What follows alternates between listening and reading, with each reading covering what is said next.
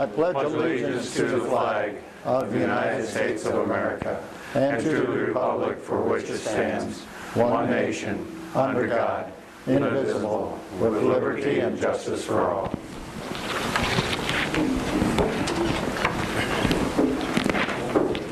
Roll call. Chisholm. Here. Bell Richard. Here. Carlson. Here. Luce. Here. Lohr.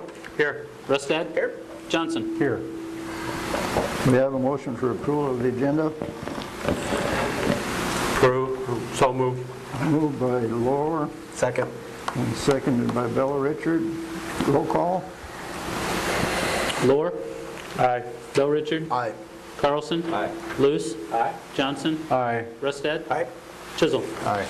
Okay, agenda has been approved. We'll move to public comment. Got an annual report and updates from Winnebago County Convention Visitors Bureau. Dan Meter. Dan, welcome. And you have the stage, Dan. Take it. Greetings. My name is Dan Metter. I'm here to present on behalf of Winnebago County Convention and Visitors Bureau as president of the board. Thank you for having us on your agenda this evening. My purpose for presenting this evening is to share with the council and the community the mission and direction of the Convention and Visitors Bureau, as well as to set a precedent of ongoing communication. The board is made up of 12 individuals who passionately serve Winnebago County by attracting visitors to our area through tourism initiatives, promoting businesses, events, and opportunities to visit and enjoy Winnebago County.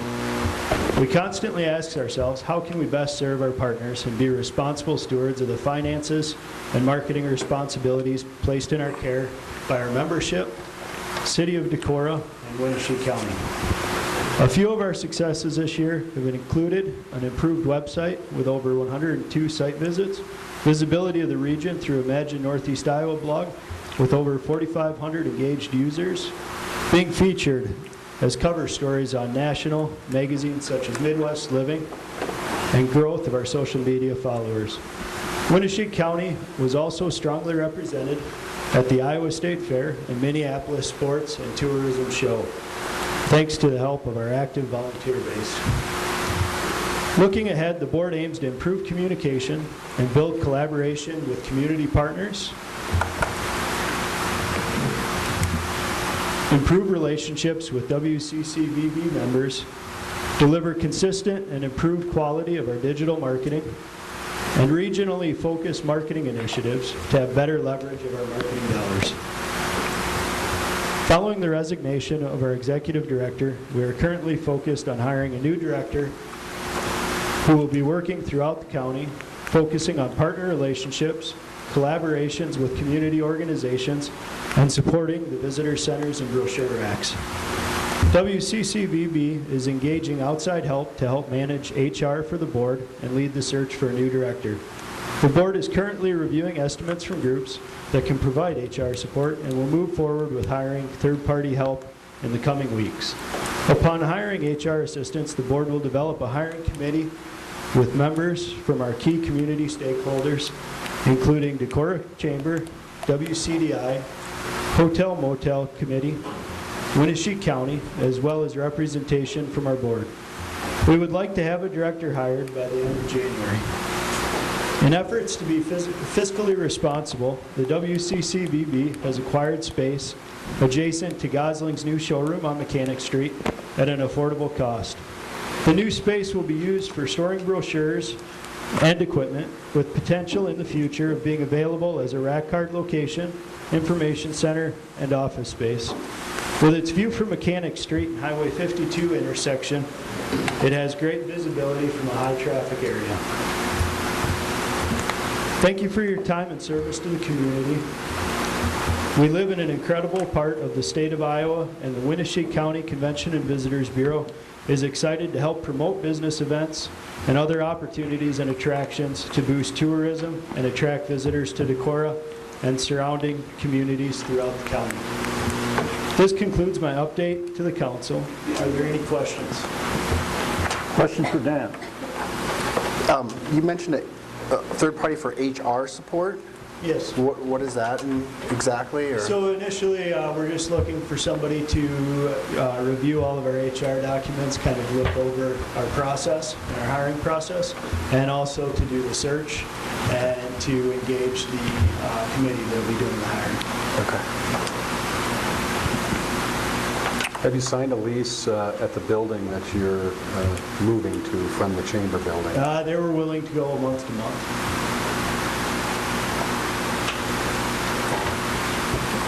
Any other questions for Dan? See none? Thanks for Thank your you. report, Thank Dan. you. Anyone else like to address the council on an issue that's not on the agenda? Anyone else? If not, don't see anybody. We'll proceed with the consent agenda, which includes the minutes of the November 6th meeting, the claims. Item C is a Class B beer permit for Toppling Goliath, including outdoor service area and Sunday sales privileges. Item D is consider Resolution 2838, setting a date for public hearing regarding amending the residential tax abatement program and revitalization plan for December 18th at 5:45.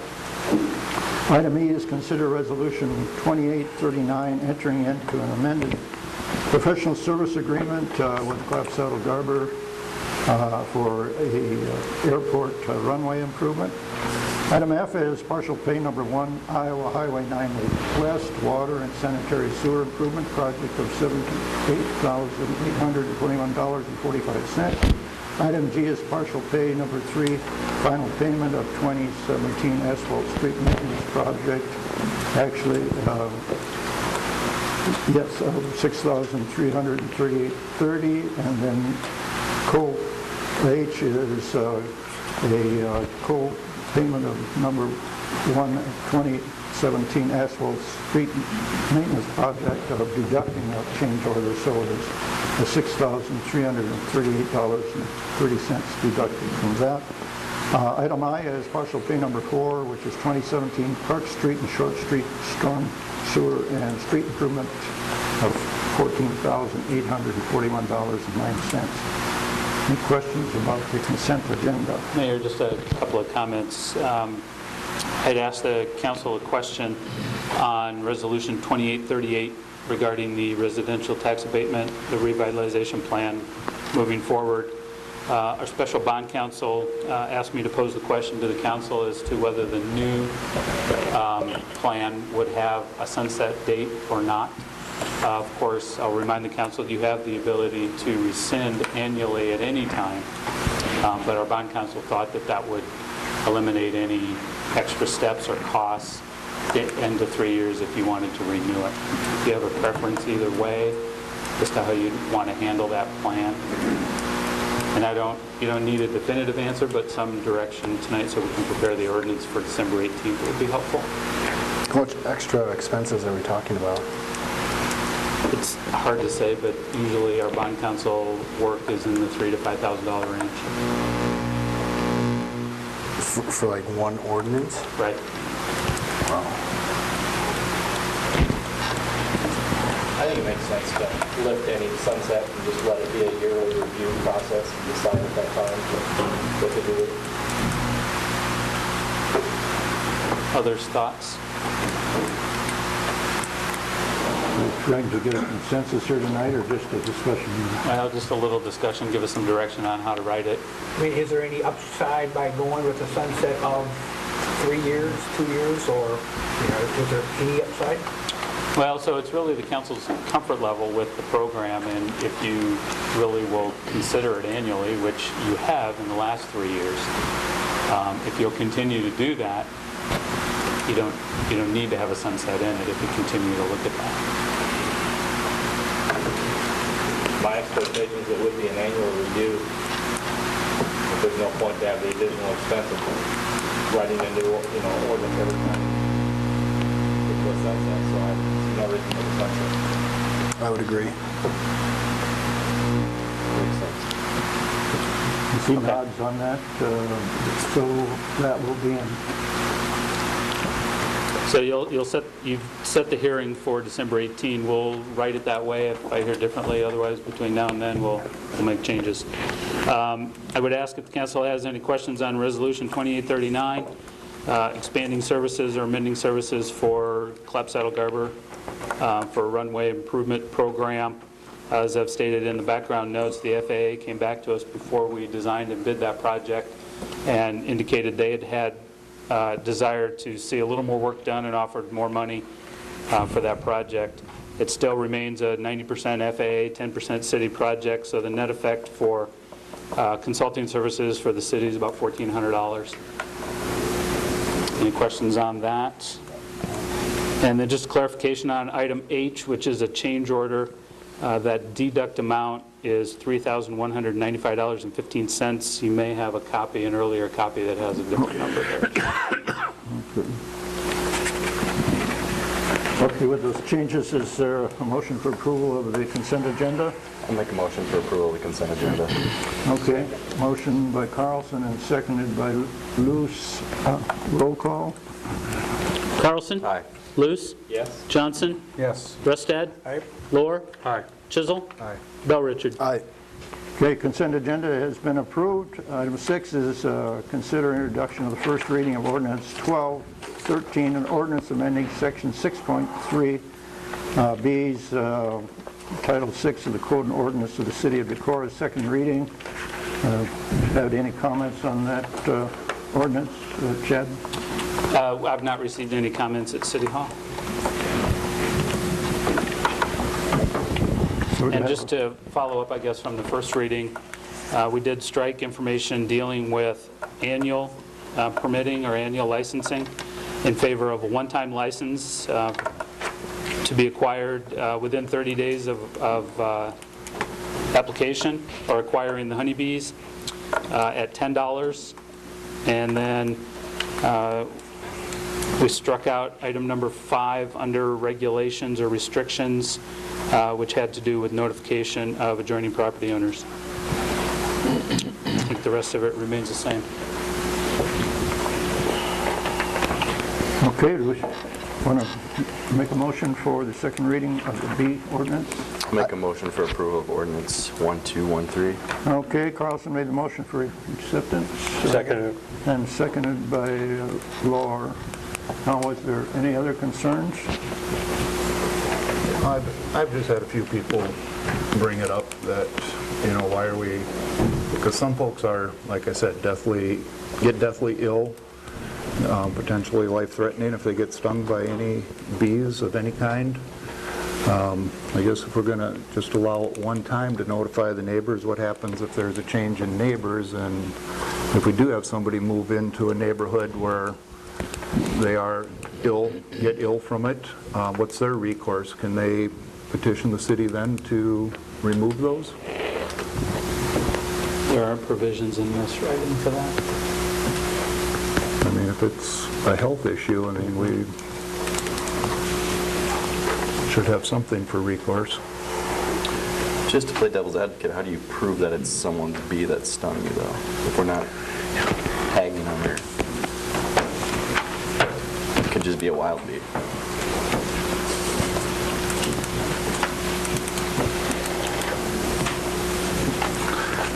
But if you got 30,000 bees next to me, and I'm not saying the chances are. odds are, I'm aware. yeah. Just saying, you'd have a hard time proving it.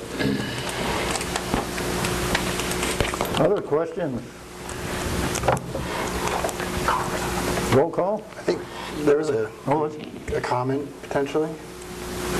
you got a comment about bees? Come on up.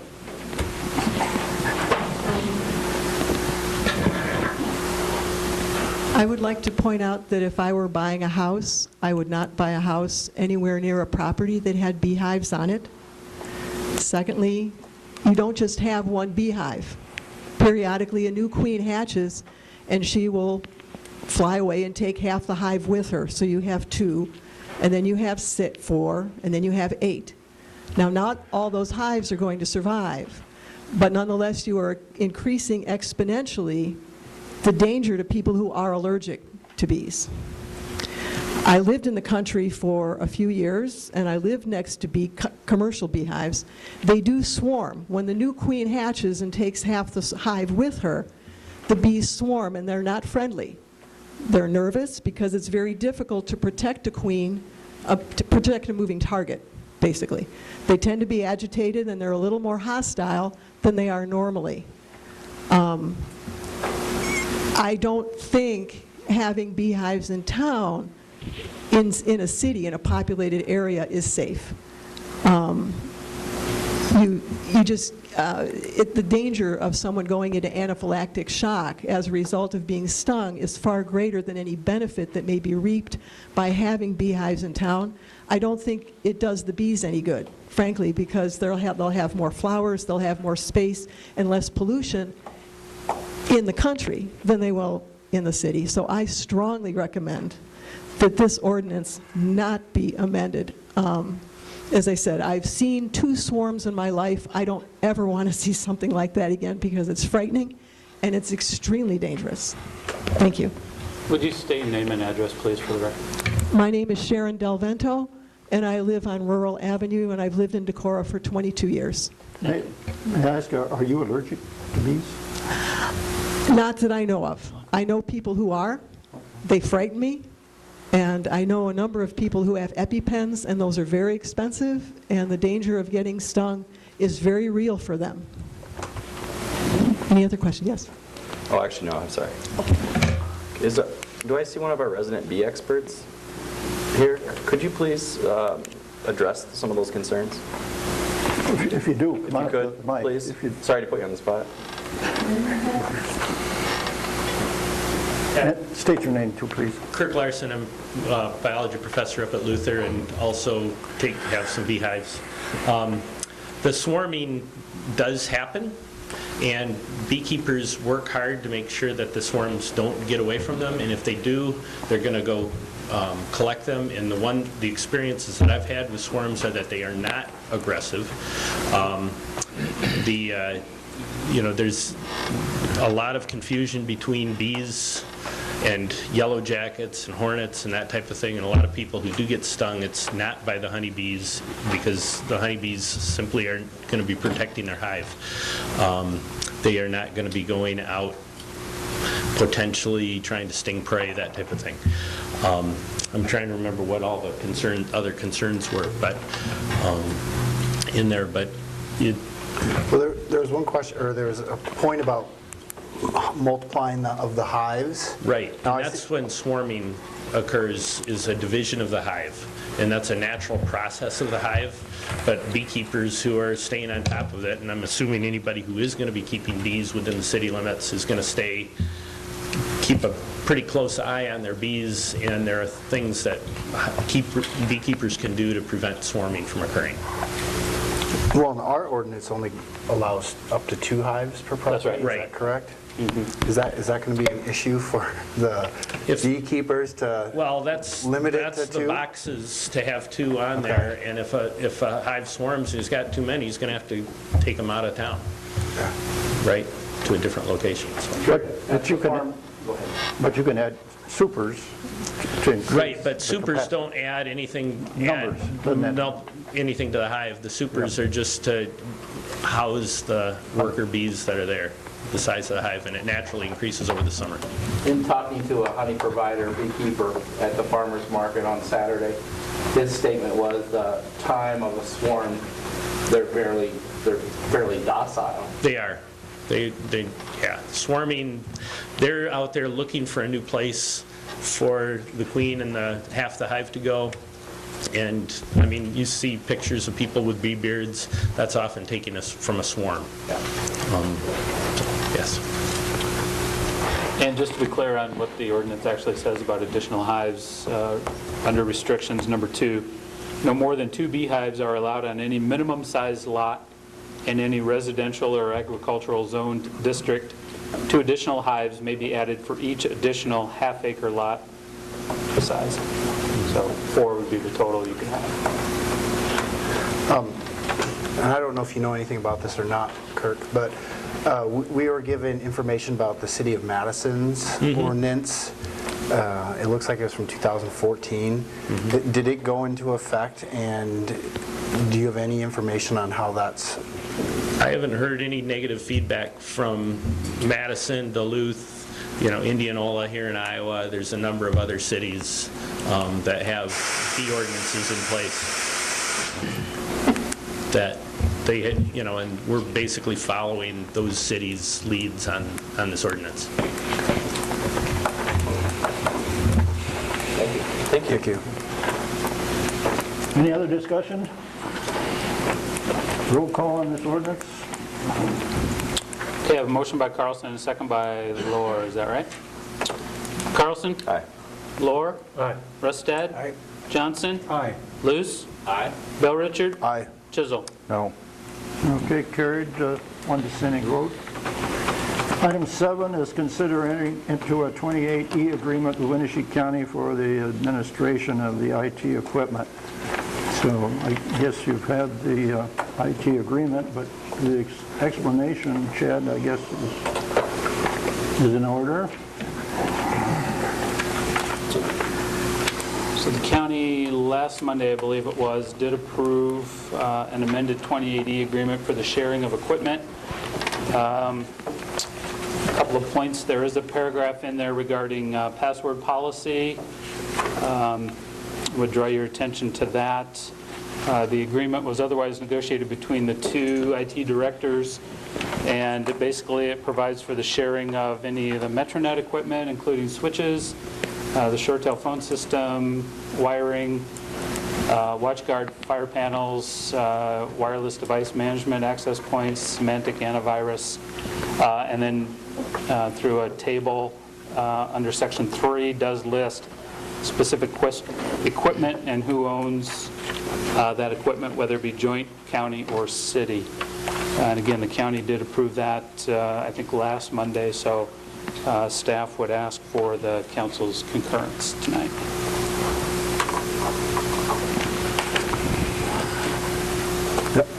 Are you saying that the password policy wasn't jointly agreed upon? No, it was. It was, okay. By the two IT directors. Okay. I would motion to approve. Okay.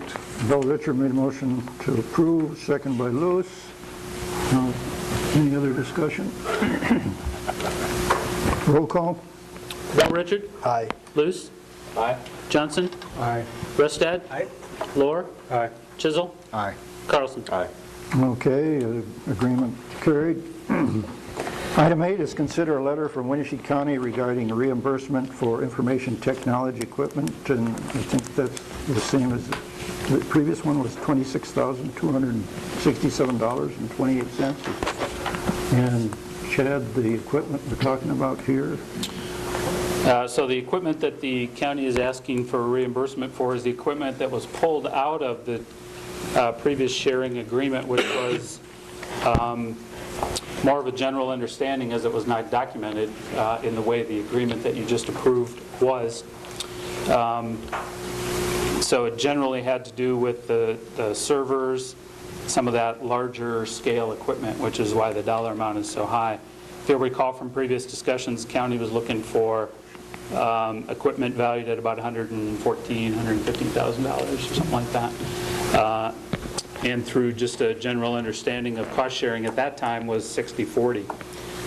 Some of that equipment had been paid for.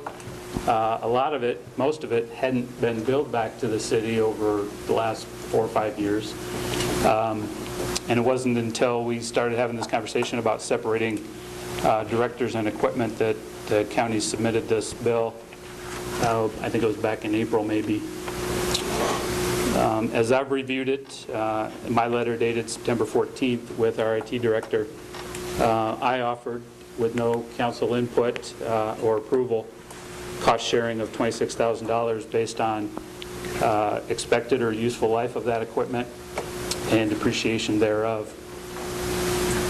But I did state in my letter, as part of that recommendation, I would support that amount if all of the equipment were to continue to be shared as resources for both entities, and that's not the case today, certainly.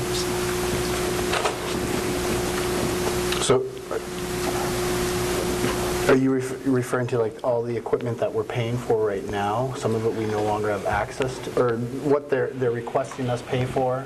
So this $26,667, $26,267? You're saying some of that equipment that's in that number we're no longer going to have access to? That's right. Most notably, the servers, right?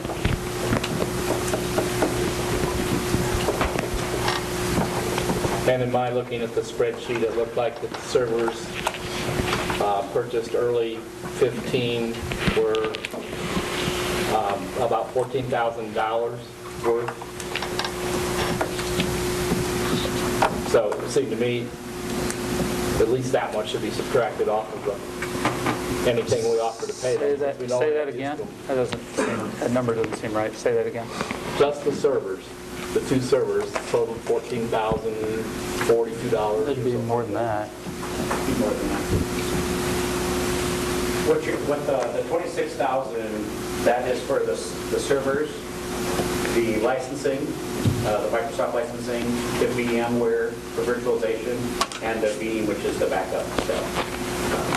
And none of that we are using anymore from the county. So all of the $46,267.28, the stuff that we have no access, we had to go out and buy our own at $60,000. And those were purchased by mid-15? Probably 13, 12 to 13 probably the servers were bought. So I find it interesting that bills that have already been paid and the county auditor has closed the books on saying that everything's good for the year, paid the right amount out of the right accounts, we can close the books for the year, and 3 years later, we're being asked to pay for stuff that we were never billed for when we were using the equipment. Have you done a calculation, Chad, a new calculation, where it would just take into account the length of time the city used that equipment and had access to it? And That's how I derived at my number. the 26,000? Taking the useful life of 7 to 8 years, Right. given the 4 years that it was used.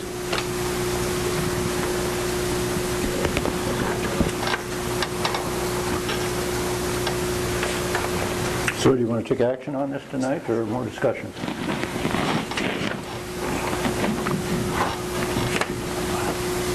So, just for clarification, what you're saying though is that $26,267, let's say we were leasing the equipment, we would have paid through November 1st of 2017. That would be the amount that would require it to Through pay some for date, we did do an analysis of lease versus purchase, and I mean, that's the concept. Right. The dollar amount's probably close to that, but it wouldn't be exact.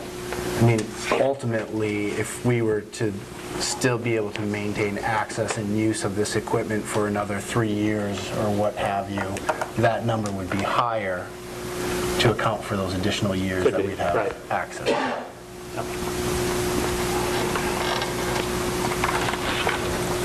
Somebody want to get something on the table here to vote on, or? Well, I mean, so, just so I'm clear, I mean, there was in the agreement, a gentleman's handshake, that we were going to have a cost share of 40/60 for use or for payment of this equipment that both parties were using. We were not billed in a timely manner for use of this, and now we're being billed for it. And the figure that you calculated would be your most reasonable, I guess, account of what we would owe for use of that equipment from when it was purchased up until this date, for instance. That's how I derived at the number in my letter, right? But not only are we being billed for it, but we also were kicked off of it. Well, we were kicked off of it, I think, in part because we voted to separate ourselves from a 28E position. That was just on personnel, though, It was. because there was no 2080 on equipment. Right, I understand that, but there was concerns after there was no longer a shared position that it changed security access to this equipment. And I understand there's disagreements on is it really a security concern or not, but that's the way it was presented to us, from my understanding. They also presented the bill the first time when the chair of the supervisors came saying that they needed to bill us for this money because the person who was the director at the time for the county never billed us any of this. And the person who was the director at the time, most of this was purchased, is still working for the county. So I'm not sure their story is even straight. I think they're just pulling at straws, trying to clear up their act when I don't think they know what they're doing, actually. And just to be clear, Chad, this $26,000 that's with the credit of the $8,000 for the... No, when I calculated that, it was not including the credit. That was just for equipment. I think there's some confusion there in their letter back about the $8,000 credit, right? So... But it was my intent, working with our IT director, Chopper, on devising that $26,000 number, that was the equipment over that period of time. So ultimately, if we wanted that credit of $8,000 to apply towards this bill, this would be closer to $18,000? And was it $8,000 right on the money? Yeah, I think the sheriff and I agreed to that number. For the roof. For their roof, right, that's right. And what was, so with the county's letter saying, I mean, it was essentially saying they wanted $34,000 for the equipment? I think they were making that assumption that my number had the credit in there. Right. And so then they backed it up from there and then came back down. Okay. So I would make a motion to approve a reimbursement of the $26,267.28 less the $8,000 credit due to the city for the roof. That's how I read their letter. Okay, there's a motion by Bill Richards. Is there support? Second. Okay, supported by Carlson. Now, if you want some more clarification or discussion? Yeah, Mayor, Rick, is there any legal ramifications in this? If we should vote this down, is there any legal ramifications that the county can come back to the city? Well, the only thing the county would have to do is file some kind of an action against the city to collect it, but it's an oral agreement, which are always very difficult to prove, first of all. And secondly, you have an accounting, and the argument that I'm hearing is you're agreeing basically pay for what you used that time period, plus you're taking off the credit.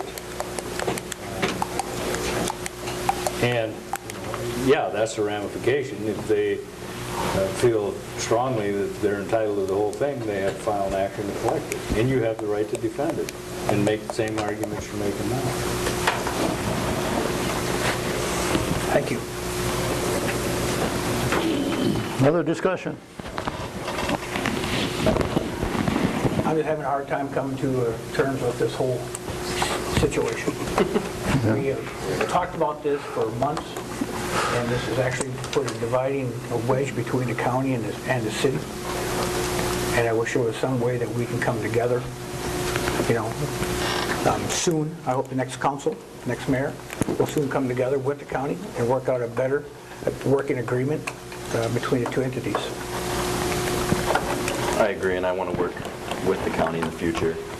So I think we use this. There's no doubt that we have a bill that we should pay.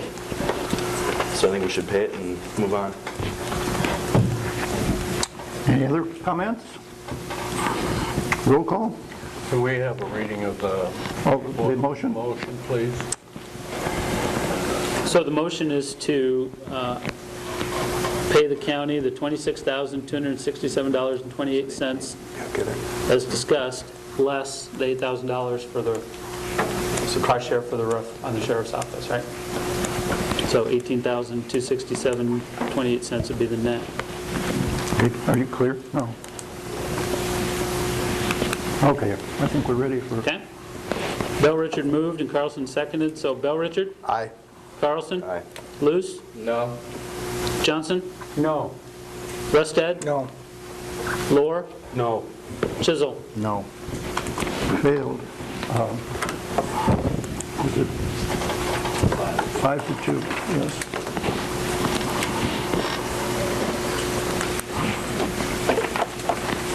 So we move on to the next item of discussion, and that's the discussing the possible action on the 28E agreement for the disposition of the hotel motel tax revenues. And a couple of council members desired to put this on the agenda, so we're up for discussion. Well, Mayor and Council, the Winnebago County Convention and Visitors Bureau determined that they no longer wanted to share resources with the Chamber of Commerce and Economic Development in a convenient downtown location where they have brochure racks and staff and equipment and copiers and all kinds of other resources.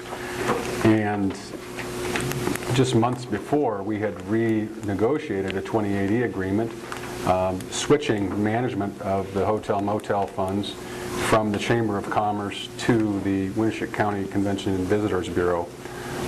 And then they decided to leave the building. The hotel motel tax is a city tax that was instituted by Decorah voters, and I cannot in good conscience continue to support that organization that won't continue to share resources with other local and similar kinds of organizations. So I would like to make a motion that we drop our 2080 agreement with WCVB, give them a 30-day notice, and perhaps begin negotiations to change it back to what it was before this year, and have the Chamber of Commerce manage those funds. Okay, there's a motion by Johnson I'll second that. and supported by Chisholm. One comment I will make is, after this was switched, we did have a meeting in late April, early May, a special meeting. A lot of the fund balances were there, but we didn't get clear understanding of where we were with the hotel motel. And then when we had our meeting in October, it was very muddied. I mean, my thing, I think we should just suspend this, like Kirk said, until we can figure out an agreement, because they're going to have to go through and do an audit and figure out where these funds are. And then let's sit down and figure out how these three entities work together and what's best for the community, because the county is only 20,000 people. We're not even a small city by comparison, so we need to start pooling resources to get the most bang for our buck throughout the county. So that's why I'll support this. Any other discussion? Personally, I'd say you need a plan before you start withdrawing from things. So I can't support rescinding with no plan in hand, no thoughts in hand, no discussions having taken place. So I'm willing to enter the process of discussions, but I'm not willing to rescind the 28E without anything in place. Well, and should we possibly wait until they have a new director too, so we can go from there and see what their plan is? And also, you'll have 2 new members on the city council. But we have 30 days Yeah, so I like notice. the idea. I like the idea of tabling it. I like the idea of what Kirk and you are proposing. And then Yeah, 'cause this won't we'll give take you 30 effect days, until and it'll get effect- you to the first of the year. Yeah. Hopefully, they'll have a director, new director hired and in place. You'll have 2 new council members in place. So, Mayor. Okay, Dan. Thank you. I'd just like to take any questions and also comment. I missed the first meeting when the Hotel Motel Committee came together, when this group had first taken over management of that agreement. I did attend the second one, and I would like to propose, because I do understand your concerns about the 2 reports. We've reached out as a board to Christina to take that report, compile it, and put everything together so that it's much more clear at the next meeting. And I would like to offer that at that meeting and at that time, we will have better reporting in place. There's been Notwithstanding that, were there any other concerns? The pooling of agreements, or the pooling of resources was a concern. There's a lot of collaboration and a lot of things that can be done to pool resources that don't require being within that building. And also, having that opportunity will be just as great whether we're in that space or not.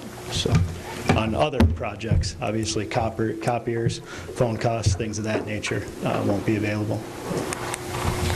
Thank you. You have a quarterly meeting in January? We do, yep, and that's actually, I believe that budget conversation is in January as well, so with that group. So. And as soon as those reports are ready, we'll get them out to that group. Just for clarification, Chad, my understanding when we were discussing changing who the 28E agreement would be with, it really wasn't a question of who's going to be in control of the funds that are received from the hotel motel tax. It was the hotel motel tax committee that determines how that money is spent and appropriated. But the 28E is more with who's going to do the bookkeeping work with those funds. Is that correct? So the WCCVB is in control of the funds. They receive the quarterly disbursements. Right. And then it's the Hotel Motel Marketing Committee that determines who gets those funds. Right. And how they're distributed otherwise. But the Visitors Bureau is in custodial control or fiduciary control of the funds. Okay. Right? And I would add, too, that I have absolutely no question about the integrity of the Hotel Motel Tax Committee and the decisions that they make. I think that the current arrangement works well with just dispersing the money. However, the custodian of that money, I think, should be a little closer and have the city's interest in heart. They should have the city's interests, I think, closer than WCVB currently does. Maybe another way to look at it, if legal counsel would concur, is if it's possible to suspend any future quarterly payments to the organization until the council has a comfort level with a new director or direction of the board or whatever your concerns are. There's another way to look at it. So we do have a motion on the table. A motion to provide 30-day notice to terminate the 2080. Thank you. Any more discussion on the motion that's on the table? I got a question, Randy, and I just want clarification on a comment you made. You mentioned that it's city tax, but the law says that it's shared with, what is the law? Everybody in the county pays it, so it's more than just... No. What are you talking? Just Hotel, motel. I apologize, I was thinking sales. My fault. I was thinking sales, my fault. Any other questions? Well, we do have a motion. I'll ask for the question. Roll call. Johnson? Aye. Chisel? Aye. Bell Richard? No. Carlson? No. Luce? No. Rustad? Aye. And Lohr? No. Okay, so 3-4, and it didn't pass. So, Further discussion on what I mentioned earlier or any other actions?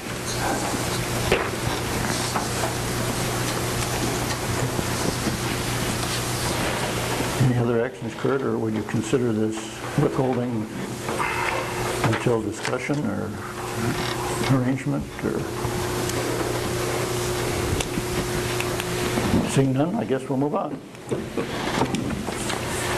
Okay, we're down to item 10, which is consider an agreement with WHKS for the 2010 bridge inspections. And this is kind of a normal thing, Chad? It's a biennial agreement with WHKS for the required DOT inspections of our bridges throughout the city. It's a not-to-exceed cost of $4,700 for the inspection and reporting and conveying that information to the DOT through their SIMS information system. So staff would recommend approval for the inspection of our bridges. I'll make a motion that we approve the agreement with WHKS for our 2018 bridge inspections. Okay, a motion by Ristad for approval, Second. and supported by Carlson. Any comments? Roll call. Rusted? Aye. Carlson? Aye. Bell Richard? Aye. Chisel? Aye. Lohr? Aye. Johnson? Aye. Luce? Aye. Okay, motion carried. We have board and commission appointments. TIF LM&I, Pat Running from the Habitat for Humanity, and John Beard from the Northeast Iowa Community Action. We have a motion for those two on the commission. So moved. Okay, moved by Shizzle and seconded by Luce. Roll call. Chisel? Aye. Luce? Aye. Johnson? Aye. Rusted? Aye. Lohr? Aye. Bell Richard? Aye. Carlson? Aye. Okay, approved. The SMID board approval is, these are reappointments, stayed current, John Wilms, Barb Jew, Dave Lester, and Andy Nelson. And also include on that Mayor Stan Fullerton and Julie Spildy. Okay. Julie. Okay, do we have a motion for the... I move the SMID board reappointments. Okay. Motion by Luce, second by Carlson. Roll call. Luce? Aye. Carlson? Aye. Bell Richard? Aye. Chisel? Aye. Lohr? Aye. Rusted? Aye. Johnson? Aye. Carried. And then we have the Metro Net 28E board. This would be our city manager and our IT director. We have a motion for that. Was the IT as the alternate? Is that how? IT director is the alternate. City manager is the primary. I'd move that. Okay, motion Second. by Luce, second by Bell Richard. Roll call. Luce? Aye. Bell Richard? Aye. Chisel? Aye. Lohr? Aye. Rusted? Aye. Johnson? Aye. Carlson? Aye. Carried. We're down to reports. City manager. I put some information in your Dropbox regarding year-end review of the Board of Adjustments activities and applications. I would just draw your attention to that. At the time I sent that, I didn't anticipate that they would have a December meeting, but they received an application today. So they will have a December meeting, so that'll change slightly. And then on that same front, there is still an opening on the Board of Adjustment beginning January 1. So if anybody is interested in serving on the Board of Adjustment, that's a mayor appointment with council affirmation. So, That's a critical board. Very critical board. it's a very critical board. Very important board. Right. Yeah. With that, happy Thanksgiving. That's all I have. Okay. Department.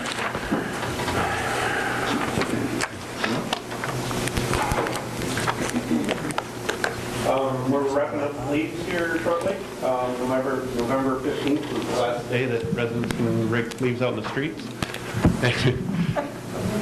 We have our leaf bin closed at our city shop, but we will leave our compost site open 24 hours a day so people can bring some out there yet.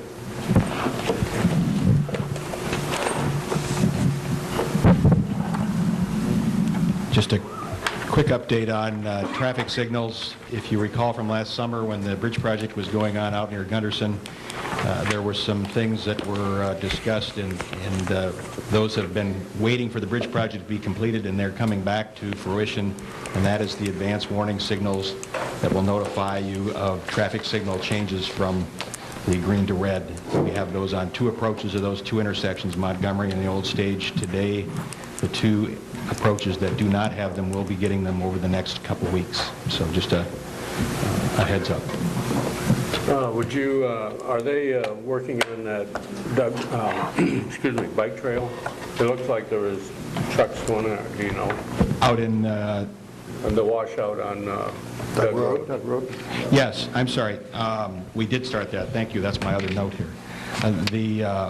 The work for the temporary road through the cut in the campground area started last week, and this week they will be getting going and started basically today with excavator work. And we'll continue that through the removals, and it'll take, I think, still several weeks. I think they'll know more as they go, but That's the intention, but thank you, because that is underway. And I would emphasize, and I'm sure Andy will, that it is closed. So to all who do want to go through there, do not go through there and don't cheat.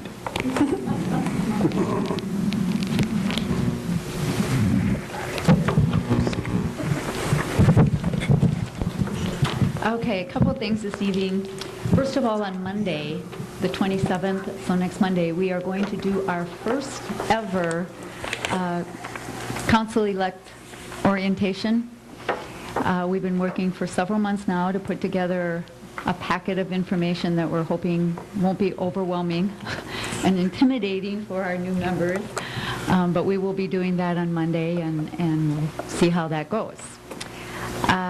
Holiday Lights starts on Wednesday evening with a walkthrough. I would encourage everybody to go. I was out there today, and we did kind of a final drive-through, and it's really, really going to be a nice event this year. There's some new displays, and it's really looking good out there, so I encourage you all to go. That's really a labor of love for all the hours that get put in out there for that event. And finally, our office is going to be closed on Friday. The staff in there is all chosen to use personal accrued time and be off that day, so our office will be closed. Happy Thanksgiving.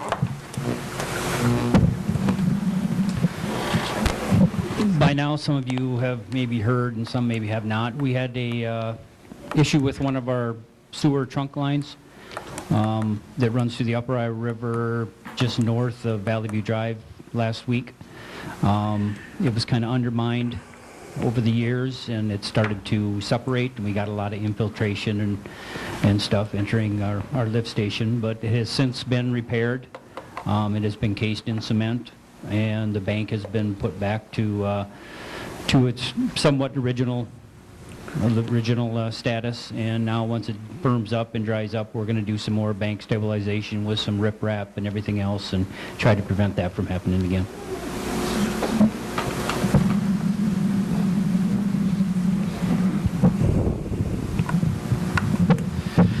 The city servers, the VM environment is all set up and in place. The backups are set up and in place, so all that project is kind of underway and going well. So the county's been notified that they can remove our previous stuff off of their servers, and we're sitting pretty good at this point. Library report? We had our Eric Litwin author event for families this Saturday. Big thanks to Decorah Schools for hosting us, most particularly Rick Varney and Kurt DeVore.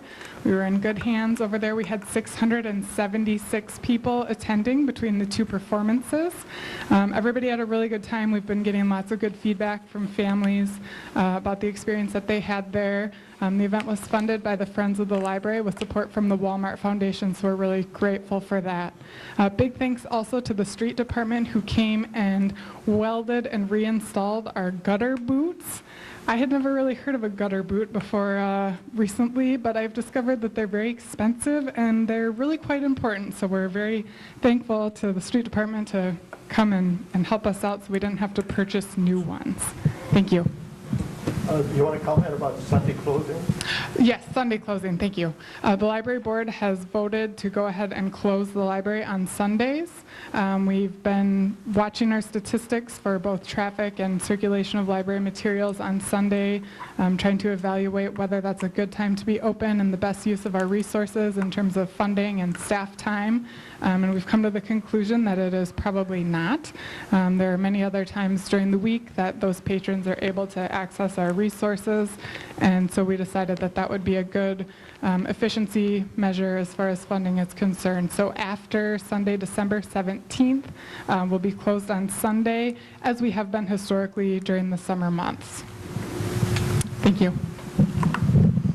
Have any council comments here? Nothing to see. Nothing from me? Nothing this time, Mayor. The learning sessions that Decorah Power has been putting on, the next one is next Monday at 7 p.m. at Walder's 362, a presentation by the director of the Iowa Interfaith Power and Light. They've been very good and insightful, so great to participate.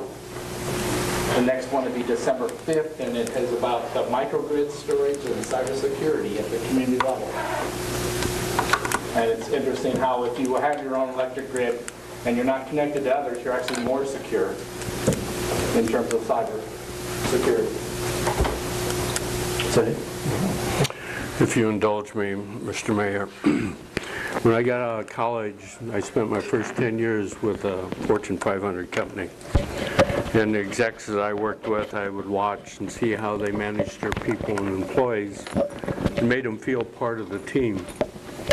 In the 4 years on the council here, I've come to realize we have an individual here in the city that we all can learn from, and that's Chief Nixon. I met with him a couple weeks ago on an issue and told him at that time, but if you watch what Bill has done with new hires, he's brought them up here and introduced them to council. He introduced them to the media. He introduced them to the citizens of the town. Not only did he introduce them, but he introduced their families. And that goes a long way to making an employee feel like part of the team, and I congratulate you on that, Chief. The greatest pleasure of my 4 years has been talking to and with hourly employees. And we have some of the finest employees in the city, and I'm not sure all the people in the Decorah realize the good quality of young people. There are some older ones, excuse me, I don't mean to make that an age thing, but we got great employees, and I would like to have the citizens of this town realize that a little bit more. And you department heads, you know who I'm talking, go back and tell your people how much it's been a pleasure knowing your employees, and tell them that's one of the biggest things I'll miss on being in council. When I joined the council 4 years ago, I had the opportunity to come on council in December. So to give Johanna that opportunity, I will resign at the end of this meeting so that she can be sworn in and sit in this chair in December. So good luck. Have a happy Thanksgiving, and we'll see you. Thank you. Formal resignation? Yes. Would you put that letter of writing to Yeah, I'll do that. Okay. I'll just drop off.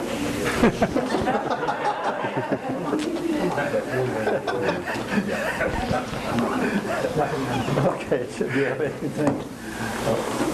Nothing. I think we're ready for adjournment, and everybody have a happy Thanksgiving, so we'll adjourn the meeting. So moved. Street committee meeting afterwards.